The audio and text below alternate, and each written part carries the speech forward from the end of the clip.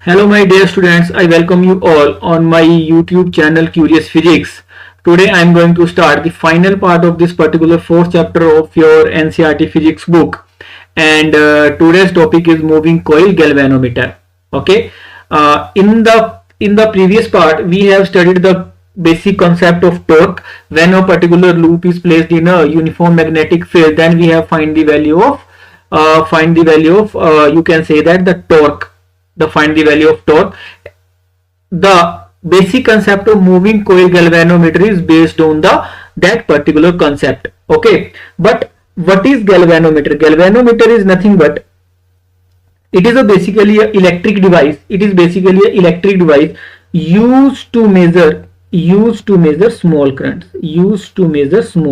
This is nothing but a galvanometer.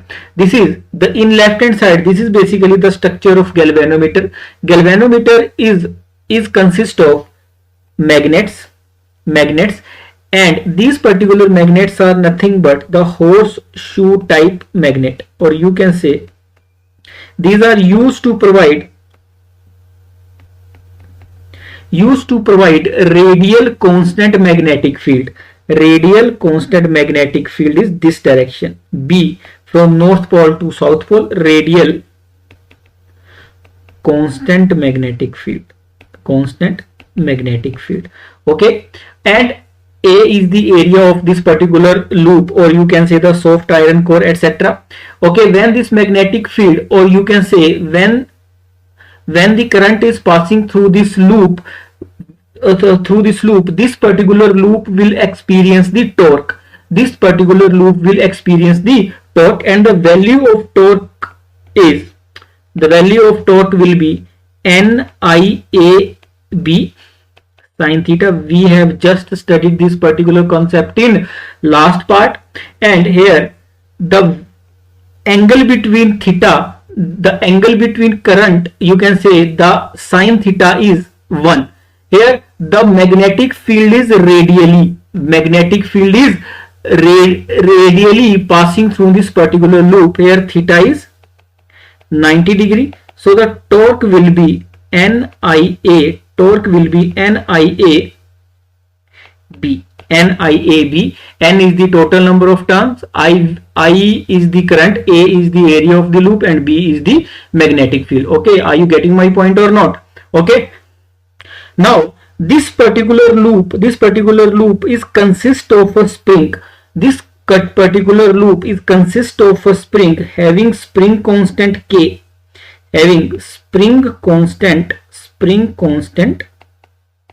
K, and this particular spring, the main function of this particular spring to you can say to apply torque, or you can say the restoration torque, to apply torque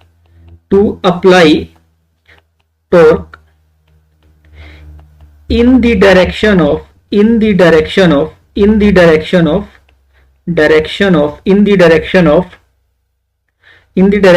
torque applied by the magnetic field. Okay,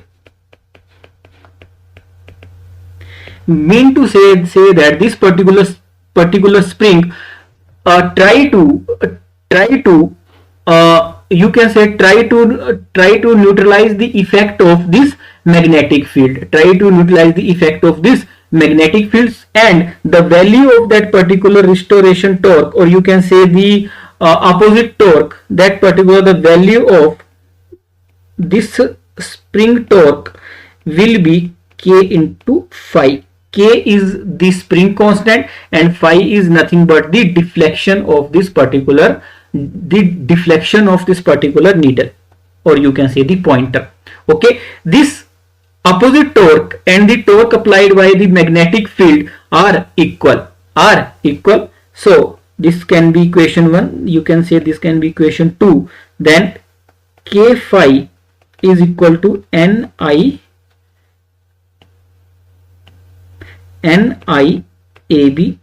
and phi will be, the value of phi will be nothing but NAB divided by K into I, and this particular term, this particular term is a constant term. This particular term is a constant term. So you can say that the phi is directly proportional to the deflection of the pointer is directly proportional to the applied current. This is nothing but the basic, you can say the basic function of this galvanometer. How this particular galvanometer, moving coil galvanometer behaves.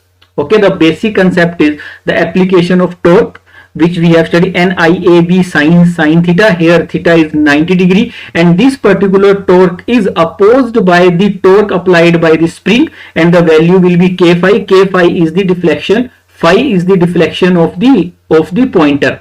Okay, so the the opposite torque is k phi is equal to the torque applied by the magnetic field. Okay, are you able to understand my point or not? So the phi is directly proportional to the current in the particular circuit. If you want to, let's say if you want to measure the current, let's say this is the you can say battery or cell, and its value is 2 volt, and the external resistance in the circuit is let's say 2 ohm. And if you want to measure the current in this particular circuit, then you have to just attach the galvanometer in the circuit, and you will get the value of current, and the current will be, according to Ohm's law, 1 ampere. This is the ideal condition. This is the ideal condition. In this way, this is the ideal condition.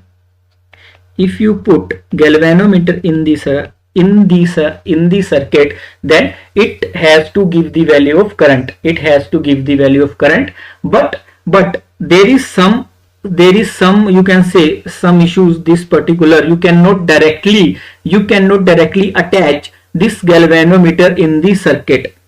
This is the ideal condition, but in reality you cannot directly use the galvanometer.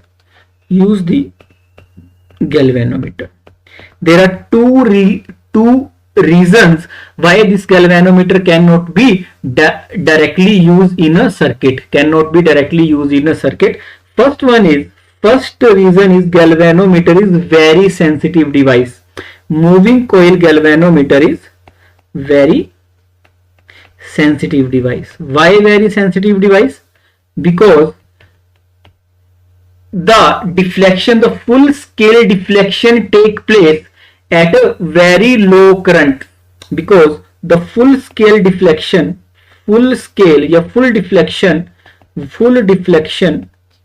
take place at very low values of currents. It nearly equal to microamperes. Some microamperes mean to say that this moving coil galvanometer will not work when there is a high current in the circuit. When there is a high current in the circuit. Are you able to getting my point? Second is this particular moving coil galvanometer consists of so many turns. Mean to say, this galvanometer consists of some material. If this galvanometer is consist of some materials, moving coil galvanometer have high resistance.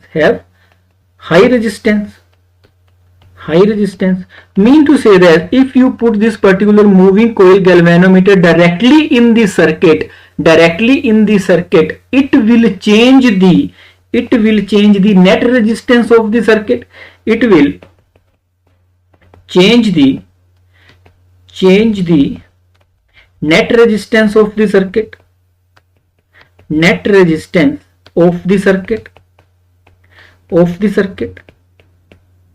And ultimately net resistance of the circuit, and ultimately change the net current through the circuit. Ultimately change the net current through the circuit. So which will defeat the ultimate purpose of this moving coil galvanometer, because the purpose is to use moving coil galvanometer to show the current through the circuit. But when we add this galvanometer in the circuit, its resistance change the value of current in the circuit. Okay, so due to these particular two conditions, this galvanometer cannot be directly used in this particular you can say all the electric circuits. Okay, so if you want to use this galvanometer in the circuits, you have to convert this galvanometer to find the current. If you want to use, or you want to find the current in a circuit, you have to convert this galvanometer into another device, that is ammeter. Get the, you can say the topic is you can say the sub part of this, you can say the conversion of galvanometer or moving coil galvanometer to ammeter. Ammeter is nothing but the current measuring device, but it can measure the high value of current first, and it will not change the value of current in the circuit, like the moving coil galvanometer, as we have discussed just before this topic. Okay, so moving coil, how to convert this moving coil galvanometer to ampere? You have to just add a small resistance, and the name of this small resistance is, you can say, shunt resistance. You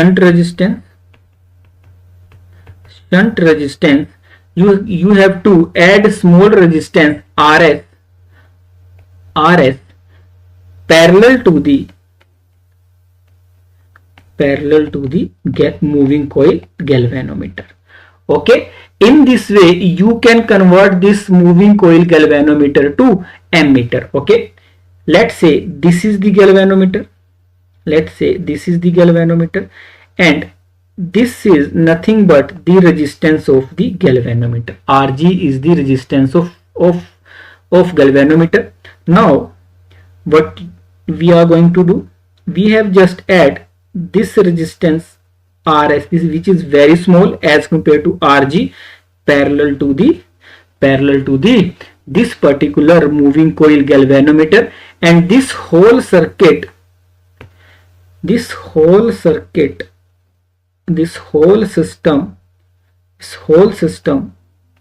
is termed as ammeter. Are you able to getting my point or not? And then what will be the R equivalent of this system? R equivalent will be Rs into Rg divided by Rs plus Rg. But shunt resistance Rs is very less than the resistance of the galvanometer, because Rg is the resistance of galvanometer. So R equivalent will be, because Rg and Rs are parallel, so Rg plus Rs is Rg, approximately equal to Rs Rg, and Rs is very small as compared to Rg, then there is Rg approximately is equal to Rs. So indirectly, by using this shunt resistance parallel to the resistance of the galvanometer, you have decreased the net value of resistance of this galvanometer, which is known as ammeter. Now if you add this particular system in series in any circuit, it will not change the, because Rs is very small, it will not change the net value of resistance, and also will not affect the value of current. Will not affect the value of current. Are you able to getting my point or not? Second, now with the help of galvanometer you can also measure the potential across a particular resistance, or you can say that moving coil galvanometer can be used as voltmeter. Voltmeter is nothing but a electric device. Voltmeter is nothing but an electric device which used to find the value of potential across any resistance. Okay, so you can convert the value this particular moving coil galvanometer. Okay, how? In case of moving coil galvanometer, in case of voltmeter, let's say this is the Rg is the resistance of this particular any galvanometer. This is galvanometer, moving coil galvanometer. If you want to convert this particular moving coil galvanometer to voltmeter, you have to add a large resistance R, in series with the galvanometer, and this system, just adding a large resistance in series to the galvanometer, you can convert a simple galvanometer into voltmeter. Are you able to getting my point or not? And here R equivalent is equal to Rg plus R, and if you want to find the current in a circuit, this ammeter will be placed, or you can say placed in series, and the voltmeter is placed parallel to the resistance, where you have to find the potential. Are you able to getting my point or not? Are you able to understand the basic idea? Okay, next is let's say two terms are, one is current sensitivity and another is potential sensitivity or voltage sensitivity. In case of moving coil galvanometer, one term is current sensitivity. Current sensitivity is nothing but deflection per unit current, and deflection per unit current, we know that deflection per unit current will be NAB divided by K. This is the value of current sensitivity. You can say that the deflection per unit current. Okay, and phi by I is equal to NABK. We have just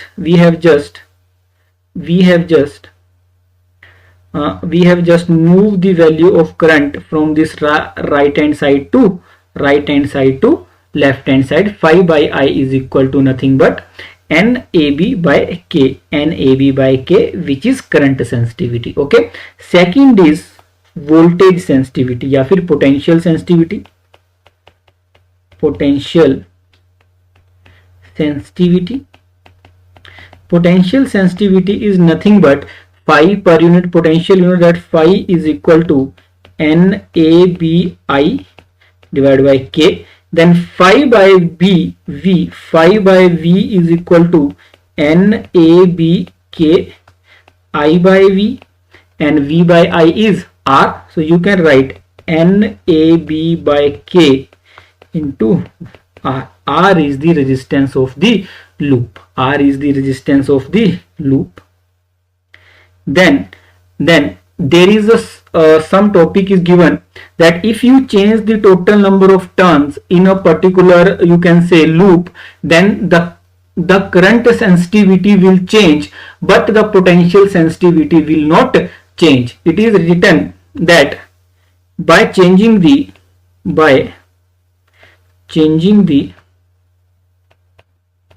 total number of turns, or you can say the number of turns in a moving coil galvanometer turns, current sensitivity, CS is current sensitivity, will change, but potential sensitivity or voltage sensitivity will not change. How is that possible? This is in case first case, if we increase the number of turns, let's say n to 2n, n to 2n. If you change the number of turns n to 2n, then phi by I, or you can say the current sensitivity will be, if you then current sensitivity 2n AB by K, and NABK by, you can say the initial current sensitivity, then the current sensitivity will be doubled. Then the current sensitivity will be doubled, but voltage sensitivity will not change. If you change the total number of turns, you can use this formula, total number of turns to, you can say you double the total number of turns, it will also double the total resistance in the circuit. 1 by 2R, 2 and 2 will the V, 2 and 2 will cut each other, and you will get the again value 2AB by K. So the simple is, if you are changing the total number of turns, then the current sensitivity will change, but the potential or voltage sensitivity will not change. This is the basic conceptual clarity always should be in your mind. How to convert this moving coil galvanometer in a ammeter? By using a shunt resistance which is very small parallel to the galvanometer, which will overall reduce the overall resistance of that particular you can say galvanometer, and which overall will not affect the current in a circuit. And if you want to convert a galvanometer into a voltmeter, what we have to do? You have to just introduce a large resistance series to this particular galvanometer, and this voltmeter will be placed parallel to the resistance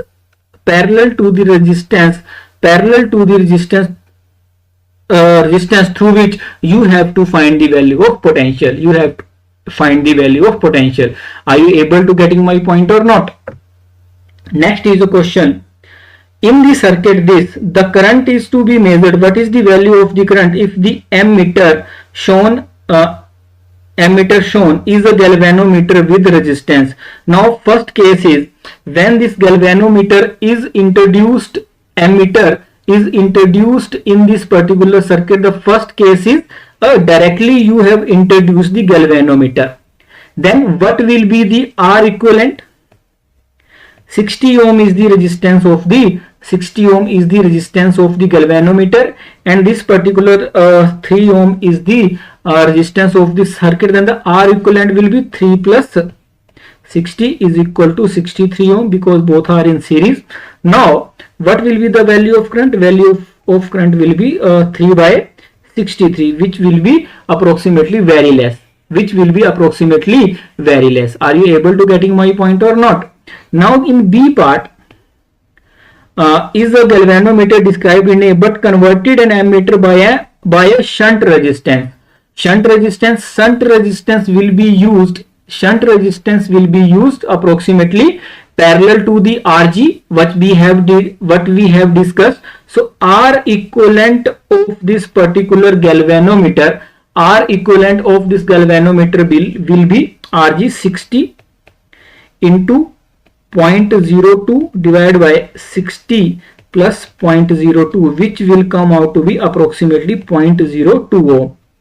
When we have introduced this shunt resistance, and this shunt resistance will be parallel to the resistance of the galvanometer, then R equivalent of the galvanometer what will be 0.02 ohm.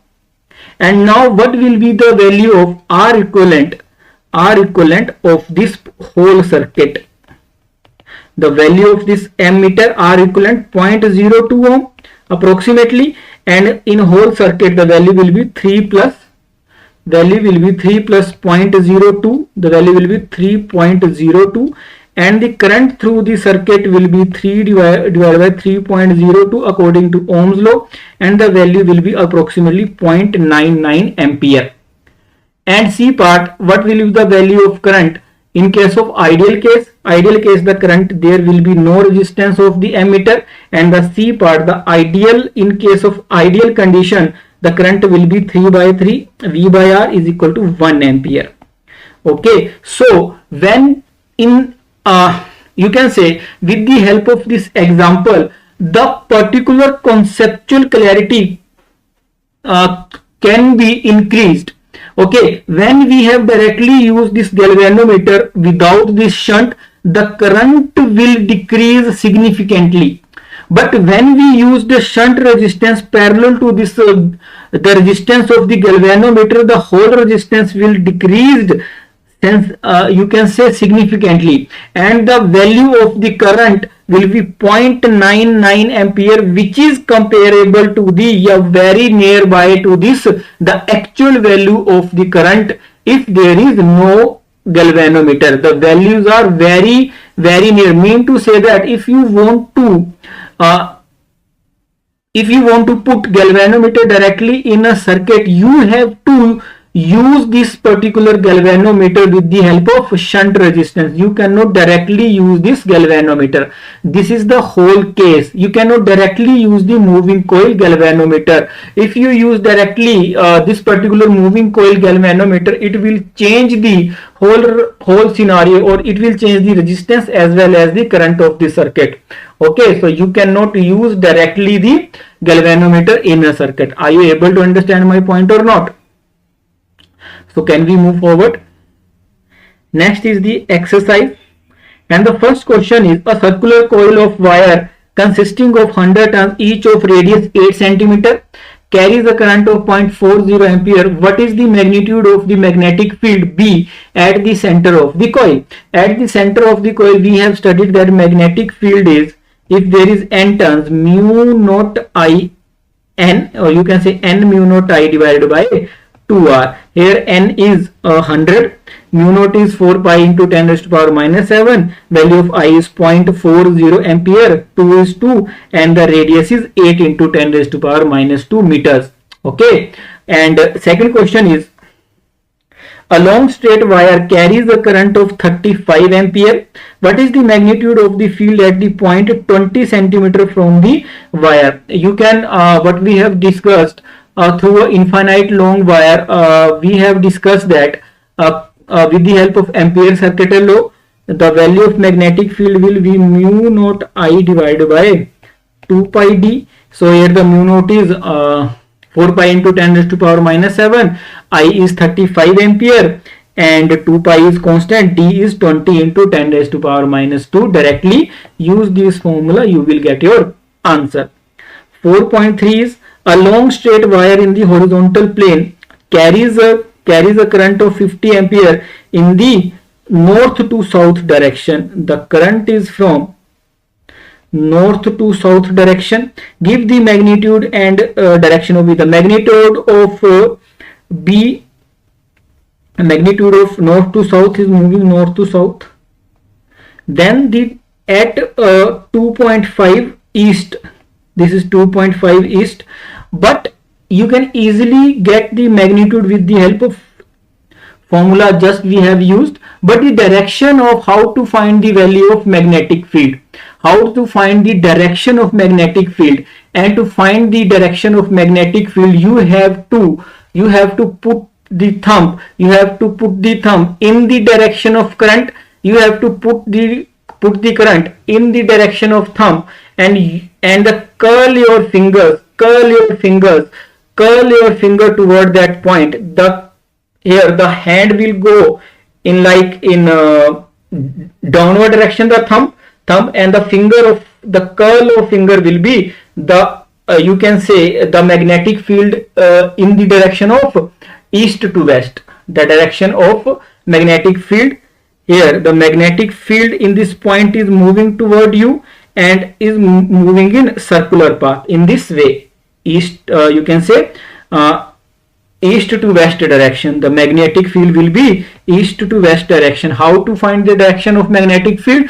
Put in case of straight wire, put your thumb in the direction of current, in this case which is north to south, and the curl of finger curl of finger, move your finger toward that point where to find the direction, then curl your finger easily, then this curl of finger will give you the direction of magnetic field, will give you the direction of magnetic field. In this case, let's say this point is A, the magnetic field comes out from this point A, and let's say the same point here is B at 2.5, it go into 2.5 at point B, and which will be in you can say in circular form, which will be in circular form. Okay, I told you earlier that to find the magnitude of magnetic field is not a big deal, but how to find the direction of magnetic field is a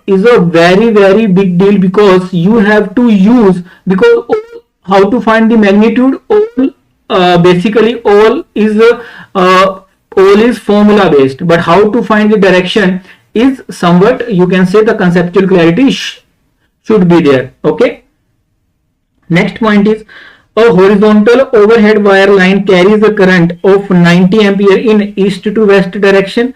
The current is from, let's say, this east to west direction. What is the magnitude and direction of the magnetic field?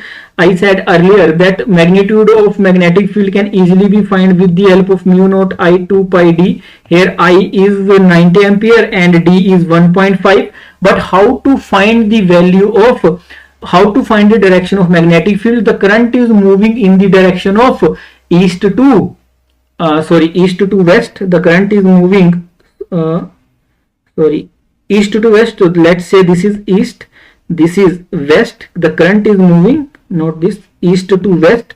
So put your thumb and you have to find the below 1.5 meter. You have to find, you can say that the direction of thumb in the direction of current and the curl of finger. So you can say that the magnetic field is moving from north to south. Direction of magnetic field is from north to south direction. Next is, what is the magnitude of magnetic force per unit length on a wire carrying a current of 8 ampere making an angle 30 degree with the direction of a uniform magnetic field is 0.15 Tesla, and we have studied that the force is I L cross B. Here I is nothing but 8 ampere, L is force per unit length, then this length, force per unit length is this, then LB sin theta, magnetic field is 0.15 Tesla and sine 30. You will get your answer. Are you able to understand my point or not? Next question is, a straight wire of length 3 centimeter carries the current of 10 ampere, is placed inside a long solenoid with uniform magnetic field such that the wire is perpendicular to the solenoid axis. The magnetic field inside the solenoid is 0.27 Tesla. Calculate the, here again you can use the formula I, here the length I L cross B, or you can say I L B sin theta. Here theta is 90 degree, B is 0.27, L is 3 into 10 raised to power minus 2, and I is 10 ampere. Are you able to understand my point or not? You have to just put the value. Next is, two long and parallel straight wires A and B carrying currents 8 ampere and 5 ampere in the same direction separated by a distance of 4 centimeter. Then you have to find the value of in this separated by a distance. Then you have to find the value of, the complete question is you have to find the value of force. When the current is flowing in the same direction, then the magnetic force will be attractive. And what will be the formula? Magnetic force is mu naught by 2 pi d IA into IB, and mu naught is 10 into 4 pi into 10 raised to power minus 7. IA is 8 ampere, IB 5 ampere, D is 4 centimeter, and you will easily get the answer. You will easily get the answer. But in this case, kindly check if the current is in same direction, you will get the force of attraction, and if the you can say the current is in opposite direction, there will be the force of repulsion. There will be force of repulsion. Okay. Next is 4.8. 4.8. A closely wound solenoid 80 cm long has a 5 layers of winding of 400 turns each. The diameter of the solenoid is 1.8 cm. If the current carried is 8 ampere, estimate the magnitude inside the solenoid. Okay, so the value will be, you can set the 5 layers of winding. So the total turns, the formula, you know that formula is mu naught n into I. Okay, the formula is mu naught n into I. Mu naught, you know, I is current, n is, the value of n is the total number of turns divided by length. Total number of turns, the total number of turns will be 400 into 5, because there are 5 layers and each layer have 400 turns, then the total turns is approximately 2000. And the small n, the total number of turns per unit length will be 2000 divided by 80 into 10 raised to power minus 2. You will put this value in this formula, you will get the answer. You will get the answer. Here the basic concept, how to find the value of total number of turns per unit length. And also you should remember that here the small n is total number of turns per unit length. Okay, so you have to just divide total number of turns divided by length of the solenoid. Length of the solenoid. Are you able to getting my point or not? Next is a square of side 10 centimeter is consist of 20 turns and carries a current of 12 ampere. The coil is suspended vertically and the normal to the plane of a uniform horizontal magnetic field is this. What is the magnitude of torque? Here you have to just simply use the formula, as I know, NIAB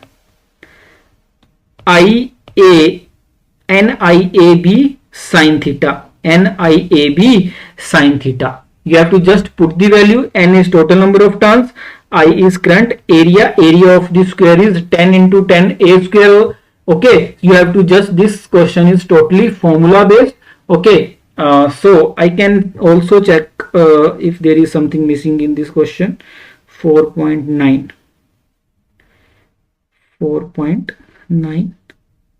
Yes, there is angle is missing. There is angle is missing, so the value of theta is 30 degree. So you can easily solve this question. You will get your answer. You will get your answer. Next question is, two moving coil meters M1 and M2 have the following particular R1, this and okay. The spring constant, you have to find the value of current sensitivity. The value of current sensitivity is phi by alpha, and the current sensitivity is NAB divided by K. NAB divided by K. So here the K is same. You have to just put the value of N1. First case, first and second, 30 into area 3.6 into 10 raised to power minus 3. B1 is 0.25 divided by the total number, you can say n. For second case is 42. Area is 1.8 into 10 raised to power minus 3, and B2 is 0.5. Then you can easily solve this question. So all simple, the simple terms are there. This will give the ratio of current sensitivity. This will give the ratio of current sensitivity because K is constant. The numerator terms are basically nothing but the terms of N1, you can say the coil meters, the moving coil galvanometer M1, and the denominator terms related to the second coil, okay, into 0.25. Okay, you will get the answer. Second ratio is the voltage ratio. You can say the voltage sensitivity. Voltage sensitivity is nothing but rate of voltage sensitivity is phi by I, phi by V, and the value N1 A1 B1 divided by R1 into N2 A2 B2 divided by R2. Just put the values, you will get your answer. Just put the values, you will get your answer. Okay, next is, in a chamber a uniform magnetic field is maintained. An electron is shot into the field with the speed this normal to the field. Explain why the path of the electron is circle and determine the radius of the circular orbit. Okay, this question can be easily solved. We have discussed in the first part of this particular chapter is that the necessary centripetal force will be provided by this magnetic force. Will be provided by the magnetic force. If this magnetic force will provide the centripetal force, then the particular electron will move in a uniform circular motion,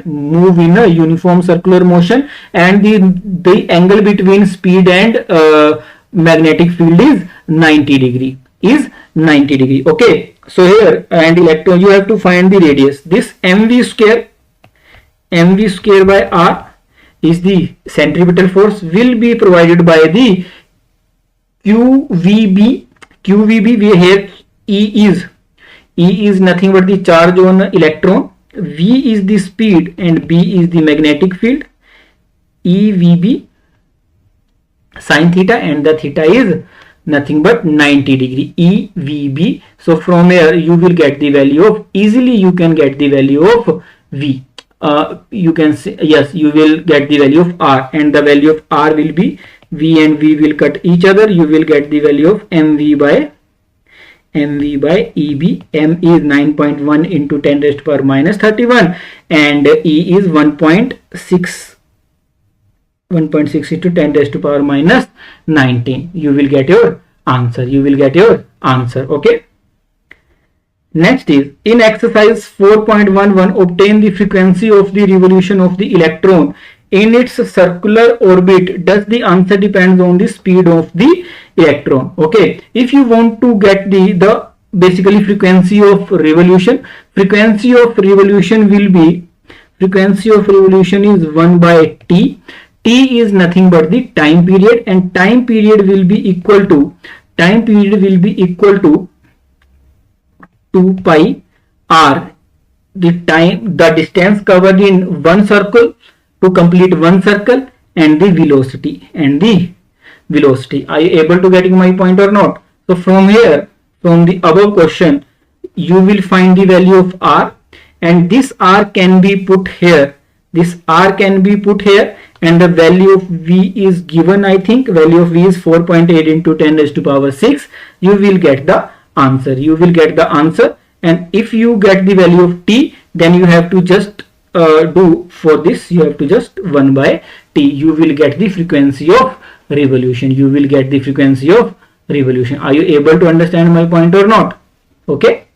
Next is, a circular coil of 30 turns and radius 8 cm carrying a current 6 ampere is suspended vertically in a uniform horizontal magnetic field of magnitude 1 Tesla. The field lines make an angle of 60 degree with the normal of the coil. Calculate the magnitude of the counter torque that must be applied to prevent the coil from turning.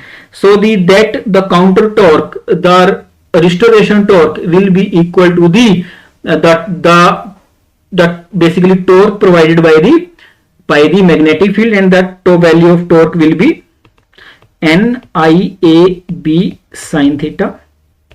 Okay, so here radius, so area can be easily find pi r square. N is 30, I is 6 ampere, B is 1 Tesla, sin here theta is 60 degree. You will easily get your answer. Okay, second part is, would your answer change if the circular coil in A were replaced by a planar coil of some irregular shape that enclosed the same area the answer will not change, because everything rest will remain same. So the area, if area is same, the torque will also remain same.